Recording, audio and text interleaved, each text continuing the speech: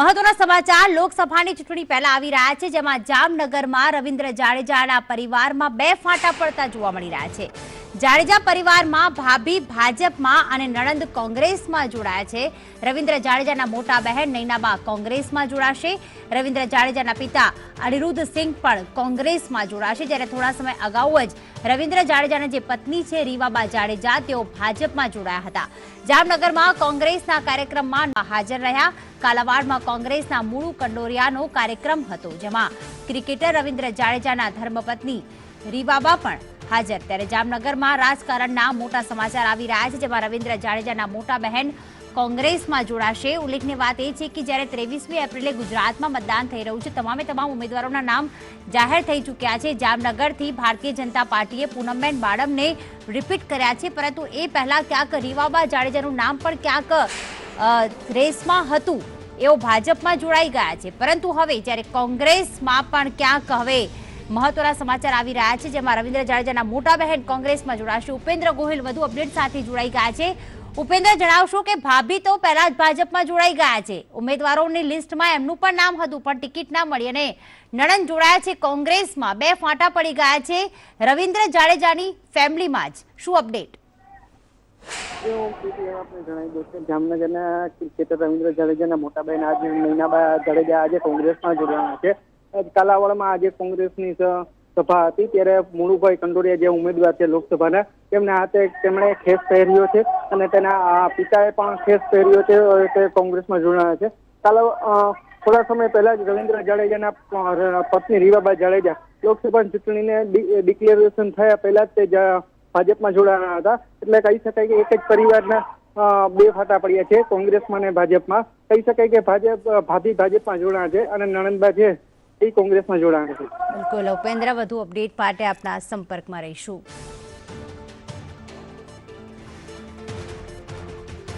તો રવિન્દ્ર જાડેજાના રાજકારણમાં અતિ મહત્વનું એક પરિબળ ગણી શકાય। પહેલા જ્યારે ભાજપે રીવાબાને ભાજપમાં જોડી અને જે માસ્ટર સ્ટ્રોક માર્યો હતો, આમ જોવા જઈએ તો સૌરાષ્ટ્રમાં જ્યારે કોંગ્રેસનું પડલું પહેલેથી ભારે છે ને એવા સમયે રીવાબાને ભાજપમાં જોડી અને ભાજપે એક પોતાનું પાસું મજબૂત કરવાનો પ્રયત્ન કર્યો, કારણ કે ક્રિકેટર રવિન્દ્ર જાડેજાનો આ પરિવાર છે ને એમાં રવિન્દ્ર જાડેજાના પત્ની રીવાબા જ્યારે ભાજપમાં જોડાયા ત્યારે એને માસ્ટર સ્ટ્રોક ગણી અને આમાં ભાજપને ફાયદો થશે તેવો અનુમાન ભાજપ લગાવતું હતું। એની સામે વધુ માસ્ટર સ્ટ્રોક કોંગ્રેસે માર્યો છે। રવિન્દ્ર જાડેજાના પિતા અને તેમના બેન છે નૈનાબા જાડેજા, બંનેને કોંગ્રેસમાં આજે વિધિવત જોડી દેવામાં આવશે। થોડી જ વારમાં બંને કોંગ્રેસમાં જોડાઈ જશે। જામનગરના કાલાવાડ ખાતે અત્યારે આ કાર્યક્રમ ચાલી રહ્યો છે અને આ કાર્યક્રમમાં તેઓ વિધિવત જે પિતા પુત્રી છે તે કોંગ્રેસમાં જોડાઈ જશે। આખી જો ગણતરી કરવામાં આવે તો જામનગરમાં અને રાજકોટમાં બંને જાડેજા પરિવાર એટલે રવિન્દ્ર જાડેજાના કારણે ખૂબ જ ફેમસ પરિવાર ગણી શકાય, સેલિબ્રિટી પરિવાર ગણી શકાય। એમાં જ જ્યારે ઘરમાંથી એક વ્યક્તિ ભાજપમાં અને હવે બીજા વ્યક્તિ કોંગ્રેસમાં જોડાવા જઈ રહ્યા છે, ત્યારે ચોક્કસથી રાજકારણમાં ગરમાવો આવ્યો છે, કારણ કે રીવાબાને ભાજપે સૌરાષ્ટ્રમાં પ્રચારમાં ઉતાર્યા હતા અને ભાજપ તેના થકી મહત્તમ જે માઇલેજ છે તે મેળવવાનો પ્રયત્ન કરી રહ્યું હતું। ત્યારે કોંગ્રેસે પણ હવે આમાં એક ડગલું આગળ વધી અને જ્યારે ચૂંટણી પ્રચારના છેલ્લા દિવસો ચાલી રહ્યા છે તે જ સમયે જે રવિન્દ્ર જાડેજાના બેન છે નૈનાબા જાડેજાને તેમના પિતાને કોંગ્રેસમાં જોડી અને હવે તેમના થકી કોંગ્રેસને મજબૂત બનાવવા, કારણ કે જે રમત છે આખી એ રાજકારણમાં બિલકુલ આપને અટકાવવા માંગીશ વિનોદ। જેપી પટેલ કે જે જામનગર જિલ્લા કોંગ્રેસના પ્રમુખ છે તે ફોન લાઈન પર જોડાઈ ગયા છે। જી પટેલ સાહેબ, સ્વાગત છે આપનું સંદેશ ન્યૂઝમાં। જણાવશો કે રીવાબા જાડેજા ભાજપમાં જોડાયા, પરંતુ રવિન્દ્ર જાડેજાના બહેન અને પિતા કઈ વિચારધારાને આધારે કોંગ્રેસમાં જોડાયા છે? હા, જોડાયા છે।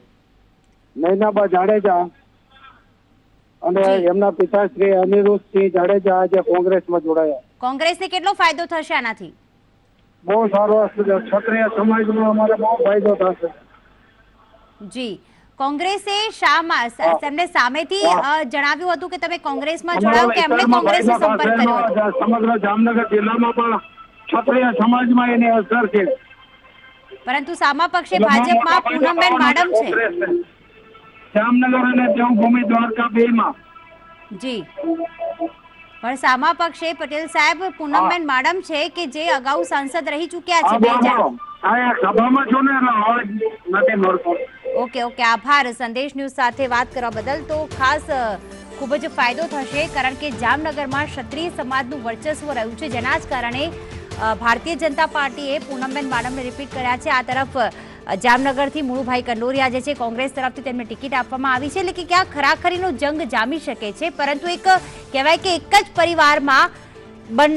જ પરિવારના જે સભ્યો છે એ બંને વિચારધારા અલગ ધરાવે છે. રીવાબા જાડેજા ભારતીય જનતા પાર્ટીની વિચારધારા સાથે સહેમત હોવાથી તેમણે ભાજપ જોઈન કર્યું હતું. તો આ તરફ રવિન્દ્ર જાડેજાના જે પિતા છે અનિરુદ્ધસિંહ જાડેજા અને સાથે સાથે તેમના જે બહેન છે નૈનાબા, તેઓ આજે કોંગ્રેસમાં વિધિવત રીતે જોડાઈ જશે. તેઓ હાલમાં મુળુભાઈ કંડોરિયાનો જે કાર્યક્રમ છે પ્રચારનો ત્યાં ઉપસ્થિત છે. એટલે કે હવે ક્યાંક ખરાખરીનો જંગ જામનગરમાં જોવા મળી શકે છે, કારણ કે પૂનમબેન માડમ ખૂબ જ સારા બહુમતી સાથે, સારા મતો સાથે તેમને લીડ મળી હતી.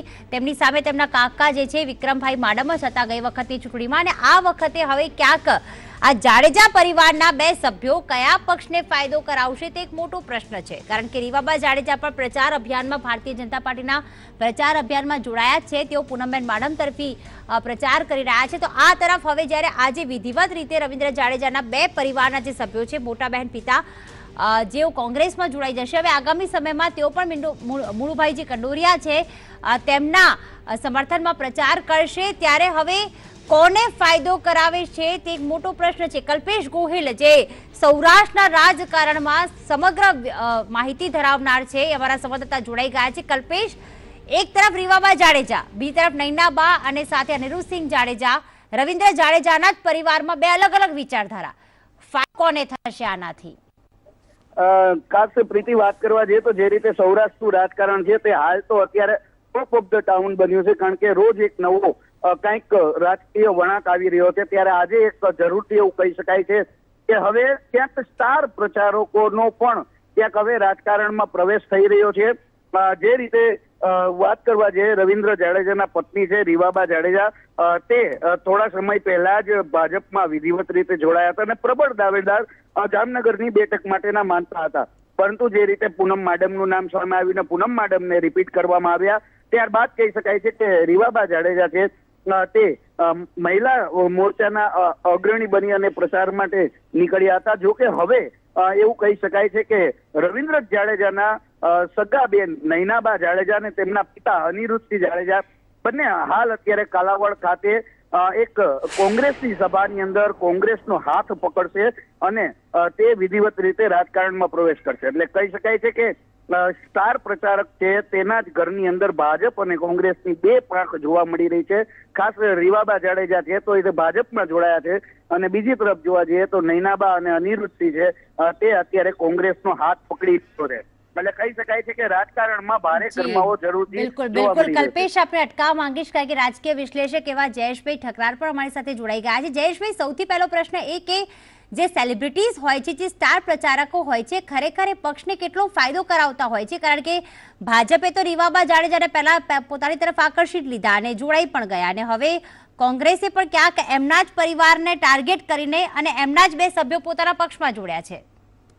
હા, જામનગરનું પોલિટિક્સ જે રીતનું છે એમાં હું તો આપને જણાવી દઉં કે જામનગરનું પોલિટિક્સ એપી સેન્ટર ગણાય છે પક્ષ પલટાનું. જામનગરમાં હકુભા છે એનો તમે ઇતિહાસ જુઓ તો એ કોંગ્રેસમાંથી ભાજપમાં આવેલા છે.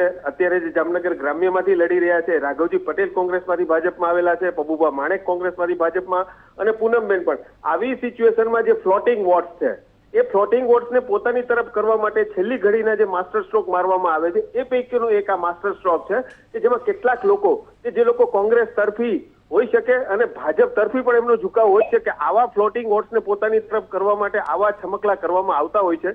હું આપને જણાવી દઉં કે રવિન્દ્ર જાડેજા અલબત્ત સેલિબ્રિટી છે, પરંતુ એમના પત્ની રીવાબાને એમના જ નામનો ઉપયોગ કરીને એક પક્ષમાં લેવામાં આવે અને શરૂઆતમાં ભાજપે જે રીતે એમને ટિકિટ આપવામાં આવશે એવી પણ એક હવા ઊભી કરવામાં આવેલી હતી. એમની પહેલા જ રવિન્દ્ર જાડેજાના બેન અગાઉ પણ કરણી સેનામાં જોડાઈ રહ્યા છે, કરણી સેનાને સમર્થન આપી રહ્યા છે, આવી વાતો ઉડેલી. એટલે રાજકારણમાં ઘણી બધી વખત ચૂંટણી વખતે ભાતભાતની હવા ઊભી કરી લોકોનું ધ્યાન બીજે દોરવાનો પ્રયત્ન થતો હોય છે. પરંતુ જ્યાં સુધી આ દેશના ક્રિકેટ પ્રેમી દેશનો સવાલ છે અને રવિન્દ્ર જાડેજા ચોક્કસપણે એક સેલિબ્રિટી છે, ત્યારે એમના પરિવારના બે સભ્યો અલગ અલગ પાર્ટીમાં હોય ત્યારે ચોક્કસપણે ચર્ચાનું કેન્દ્ર બને એવું લાગે. અને ચૂંટણીના દિવસો સાવ નજીક છે ત્યારે એમના બેન જોડાયા હોય ત્યારે આ એક ચર્ચાનો મુદ્દો બને અને એના કારણે જે ફ્લોટિંગ વોટ જે અરસપરસ કયા પક્ષમાં જાય એ નક્કી ના હોય ત્યારે આ મુદ્દો એક મહત્વનો બની રહે, ચર્ચાનો મુદ્દો બની રહે. પણ મને લાગતું નથી કે જેના રાજકારણમાં કોઈ લાંબા મૂળ ના હોય, જેમના રૂટ્સ પોલિટિક્સ સાથે જોડાયેલા ના હોય, જે સંગઠન સાથે જોડાયેલા ના હોય, સામાજિક સેવાકીય પ્રવૃત્તિ સાથે જોડાયેલા ના હોય, એવા લોકો બહુ બધા મતો કાપી શકે એવું માનવાને કારણ નથી. અને જ્યાં સુધી કોંગ્રેસને લાગે વળગે છે જામનગરમાં, તો એમના જે ઉમેદવાર છે મુળુભાઈ કંડોરિયા, જામનગરની બેઠક ઉપર એક તો કોંગ્રેસ પહેલેથી જ ચકમો ખાઈ ગયેલી અને હાર્દિક પટેલ ઉભા રહેશે એવી વાતના કારણે લાંબા સમયથી ત્યાં ઉમેદવારી નક્કી નહોતી થતી. અને ફોર્મ ભરવાના છેક છેલ્લા દિવસે દેવભૂમિ દ્વારકાના જિલ્લા પંચાયતના કારોબારીના ચેરમેનને, કે જે અગાઉ પબુભા સામે એક વખત ધારાસભાની ચૂંટણી હારી ચૂક્યા છે, એમણે ટિકિટ આપવી પડી હતી. એટલે મને લાગતું નથી કે કોઈ આવા મુદ્દાના કારણે કોઈ જાતો કોંગ્રેસને ફરક પડી શકે. બિલકુલ, આભાર જયેશભાઈ, સંદેશ ન્યૂઝ સાથે વાત કરવા બદલ.